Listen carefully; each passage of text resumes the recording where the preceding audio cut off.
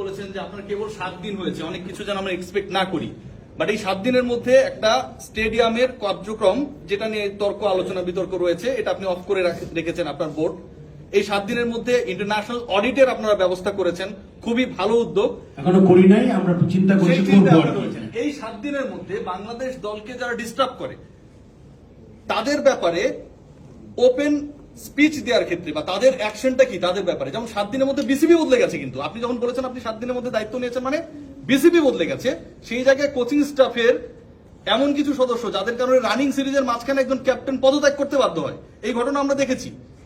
সেই জায়গায় রানিং সিরিজের মাঝখানে তাকে রাখা বা তাকে রেসপেক্ট দেয়া অথবা আরো কিছু নতুন করে নষ্ট করার সুযোগটা দেওয়ার কারণটা কি? আসলে